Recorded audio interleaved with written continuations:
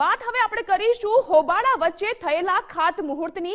આ વાત છે હિંમતનગરની કે જ્યાં હોબાળા વચ્ચે ધારાસભ્ય વીડી ઝાલા દ્વારા ખાતમુહૂર્ત કરી દેવામાં આવ્યું। હિંમતનગરમાં એક તરફ મહિલાઓએ ભારે હોબાળો મચાવ્યો અને મહિલાઓના હોબાળા વચ્ચે ખાતમુહૂર્ત ધારાસભ્ય દ્વારા કરી દેવામાં આવ્યું। રણછોડ રાય સોસાયટી પાસેનો આ બનાવ છે કે જ્યાં ખાતમુહૂર્તના કાર્યક્રમમાં મહિલાઓ દ્વારા હોબાળો કરવામાં આવ્યો હતો। વિરોધ મહિલાઓમાં અહીં આક્રોશ ભારોભાર જોવા મળ્યો। ટીપી રોડની કામગીરીમાં મોટા માથાના મકાન બચાવવા માટે સેન્ટ્રલ લાઇન ચેન્જ કરવામાં આવી હતી અને આ જ મુદ્દાનો વિરોધ અહીં પહોંચેલી મહિલાઓ કરતી હતી। મહિલાઓ એક તરફ બૂમો પાડતી રહી, પોતાનો આક્રોશ વ્યક્ત કરતી રહી, વિરોધ કરતી રહી, પરંતુ આ વિરોધની વચ્ચે ધારાસભ્યએ પોતાનું કામ અટકાવ્યું નહીં અને જાણે કે પોતે ખાતમુહૂર્ત પ્રિય ધારાસભ્ય હોય તે મુજબ તેઓએ ખાતમુહૂર્ત કરીને ત્યાંથી ચાલતી પકડી।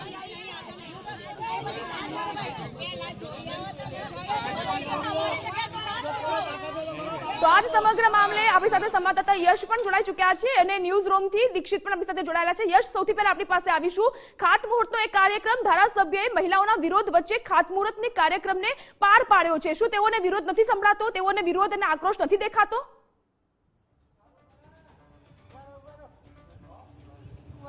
જે ચોક્કસથી જાગૃતિ જો વાત કરવામાં આવે તો ગઈકાલે જે ઘટના બની હતી, અલગ અલગ જગ્યાએ ખાતમુહૂર્ત કરવામાં આવ્યા હતા। ત્યાં રણછોડ રાજ સોસાયટી હિંમતનગર સહકારી જીન વિસ્તારમાં જો આવેલી છે ત્યાં આગળ જે મહિલાઓનો વિરોધ છે તે દેખાઈ આવ્યો હતો, કારણ કે મહિલાઓના ઘરને લઈને રોડ જે લાંબા કરવામાં આવ્યો તેમને ઇસ્યુ થઈ રહ્યો છે। ક્યાંક મોટા માથાને બચાવવા માટે આ કામગીરી કરવામાં આવી તેવા આક્ષેપો પણ કરવામાં આવ્યા હતા। કેટલીક મહિલાઓ જેમના દ્વારા ગઈકાલે વિરોધ કરવામાં આવ્યો આપણી સાથે છે, તેમની સાથે સીધી વાત કરીશું તેઓનું શું કહેવું થાય છે, કેમ વિરોધ કરવામાં આવ્યો હતો, શું કહેશો? આપણે કેટલી વાર રજૂઆત કરવામાં આવી આપના દ્વારા અને શું હતી વાત? અમે 10 વર્ષથી આની રજૂઆત તો કરીએ છીએ, પણ એ લોકો એમ કહેશે કે 9 થી 12 મીટરનું કરીએ ટીપી રોડ, એ પણ અમને વિકાસ થવા માટે અમને તો સારું જ લાગે છે, પણ એમને કંઈ વાંધો નથી, પણ એમને વચ્ચેથી બંને સાઈડે 6-6 મીટર નથી લીધું, એક સાઈડે જ બધું લઈ લીધું છે ટીપી રોડનું। એટલે હવે અમારે તો પછી વિરોધ કરવો જ પડે ને એમના સામે। ગઈકાલે ખાસ ધારાસભ્ય દ્વારા કોઈ આપને જવાબ આપવામાં આવ્યો હતો કે કેમ કે તેઓ ખાતમુહૂર્ત જ કરતા દેખાઈ રહ્યા છે, આપના દ્વારા વિરોધ કરવામાં આવતો હતો, શું કહેશો? કોઈ ખાતમુહૂર્ત કરતા કોઈ અમને દેખાઈ આપી જ નથી। કોઈ અમે ખાસો વિરોધ કરે એ લોકોનો, પણ કોઈ જ જવાબ આપ્યો નહીં, એમને ખાતમુહૂર્ત ચાલુ જ કરી દીધું। હા, કોઈ એ લોકોએ મેં ના જોયું કઈ સ્થળ ઉપર જઈએ અમે કે વિરોધ કર્યો છે શું છે, એ કશું જ આપ્યું નહીં, જોયું નહીં, ખાતમુહૂર્ત કરી જ દીધું એમને। ખાસ નગરપાલિકાના સદસ્યો પણ સાથે હતા, શું કહેશો? ખાસ કેટલા સમયથી આપ રજૂઆત કરી રહ્યા છો? અમે રજૂઆત 3 દિવસથી કરી રહ્યા છીએ, પણ કોઈ અમને જવાબ આપતો નથી અને આ કાલે અમને આવું એકદમ અચાનક આવીને બધું મુહૂર્ત કરવા મળ્યું એટલે અમે હતા તે વિરોધ કર્યો, બસ। જો ચોક્કસથી મહિલાઓ દ્વારા જે રજૂઆતો છે અનેકવાર રજૂઆતો કરવામાં આવી છે, પરંતુ કોઈ પણ પ્રકારની જે કાર્યવાહી કરવામાં નથી આવી। આજે જે સવારે જે ગુજરાત ફર્સ્ટ દ્વારા જે માહિતી ચલાવવામાં આવી, જે વિડીયો ચાલ્યા ત્યારબાદ મિટિંગ યોજવામાં આવી હતી, તેમાંથી એક ભાઈ છે તે મિટિંગમાંથી હાલ અહીંયા આવીને ઉપસ્થિત થયા છે, તેમને વાત કરીશું કે ધારાસભ્ય પોતે પણ નગરપાલિકામાં ઉપસ્થિત હતા, આપને બોલાવવામાં આવ્યા હતા, શું બાંહેધરી આપવામાં આવી, શું કહેવામાં આવ્યું? જે કાલે વિરોધ થયો હતો એના અનુસંધાને એ લોકોએ તાબડતોડ અમને આજે સવારે ફોન બી આવી ગયા કે ધારાસભ્ય સાહેબની રજૂઆતથી નગરપાલિકાની જે બી ટીમ હતી એમને અમને ત્યાં આગળ બોલાયા, અમારી જે બી રજૂઆત હતી ત્યાં સાંભળી અને એ લોકોએ અમને આશ્વાસન આપ્યું છે કે અમે જે બી આની અંદર જે પણ બેનિફિટ થતો હશે જેને પણ એ અમે તમને કરી આપીશું। જે ચોક્કસ જાગૃતિ કહી શકાય કે જે પ્રમાણે ગુજરાત ફર્સ્ટમાં સવારે અહેવાલ ચાલ્યો, ત્યારબાદ ધારાસભ્યને કોલિંગ દ્વારા વાત કરવામાં આવી, ત્યારબાદ તુરંત જ તેમને મિટિંગ બોલાવી અને હાલ તો વાત કરવામાં આવી છે, પરંતુ ક્યારે કામ થશે અને કઈ રીતે કામ કરવામાં આવશે, લોકોનો વિરોધ જે કાલે જોવા મળ્યો હતો તે આગળ જોવા મળશે કે કેમ, તે પણ એક પ્રશ્ન છે। જી યશ, જોડાયેલા રહેશો આપણી સાથે દીક્ષિત પણ છે। દીક્ષિત, આ કેવો વિરોધાભાસ કે મહિલાઓના વિરોધ વચ્ચે ધારાસભ્ય કઈ સાંભળતા નથી, ખાતમુહૂર્ત કરી નાખે છે, પરંતુ ગુજરાત ફર્સ્ટ જ્યારે અહેવાલ પ્રસારિત કરે છે તાત્કાલિક ધોરણે બેઠક બોલાવીને પછી ત્યાં સમાધાન કરવાની વાતો થાય।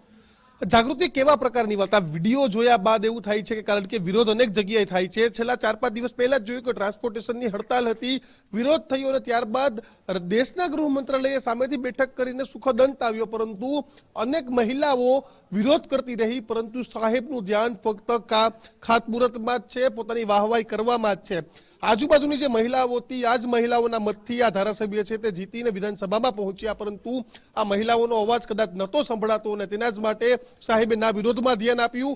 એક વખત પ્રશ્ન સાંભળવામાં પણ તેને તસ્તી ન લીધી કે આ મહિલાઓનો પ્રશ્ન શું છે. કદાચ સાહેબે ત્યાં ગઈકાલે જ આ પ્રશ્ન સાંભળી લીધો હોત તો આજે મીડિયા સુધી આ મામલો પહોંચ્યો જ ન હોત, પરંતુ સાહેબ વિડીયોમાં જે પ્રમાણે દેખાઈ રહ્યા છે તે પ્રમાણે સાહેબે ફક્ત ખાતમુહૂર્ત કર્યા રાખ્યું, પોતાની વાહવાહી કર્યા રાખી અને જેવો ખાતમુહૂર્તનો કાર્યક્રમ પૂરો થયો સાહેબ પોતાની ગાડીમાં બેસી અને ચાલતી પકડી. સાહેબ તમને ગાડીમાં બેસવાના અથવા તો એસી ચેમ્બરમાં બેસવાના પૈસા નથી આપ્યા, મત નથી આપ્યા, પરંતુ તમે લોકોના પ્રશ્નો સાંભળો, લોકોના પ્રશ્નોની રજૂઆત ઉપર સુધી પહોંચાડો અને જો તેનું સુખદ અંત આવતો હોય તો લઈ આવો. સાહેબે સાથે સવારે વાત કરી ત્યારે એવું કહ્યું કે 2011ની ઘટના છે, ત્યારે હું ધારાસભ્ય ન હતો. સાહેબ ભૂતકાળમાં નહોતા, પરંતુ અત્યારે તમે ધારાસભ્ય છો, આના અંત લાવવાની જવાબદારી તમારી છે, સમાધાન કરી ફોર્મ્યુલા કરવાની જવાબદારી તમારી છે.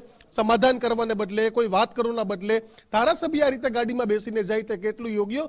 કારણ કે દેશના મોટા નેતાઓ પણ સામેથી સાંભળીને જાય છે. તે ચાહે મોદી સાહેબની સભામાં આપણે અનેક વખત આવા ઘટનાઓ જોઈ છે કે કોઈ પોતાની વાત કરવા માંગતું હોય તો સાહેબ સાંભળે છે, પરંતુ ધારાસભ્ય બન્યા બાદ સાહેબ એટલા મોટા ન થઈ જાઓ કે તમે તમારી જનતાની વાત પણ ન સાંભળી શકો અને તેનો જવાબ પણ ના આપી શકો. પરંતુ જે રીતે વીડી ઝાલાએ હિંમતનગરમાં ખાતમુહૂર્ત કરી દીધું, તમામ કાર્યક્રમ પતાવી દીધા અને આસપાસ મહિલાઓ વિરોધ કરતી રહી, તેને ભાવ પણ ના આપ્યો, એટલે કહી શકાય કે કયા પ્રકારનો અહમ આ ધારાસભ્યને છે તે સ્પષ્ટ આ વિડીયો છે તેમાં જાગૃતિ જોઈ શકાય છે.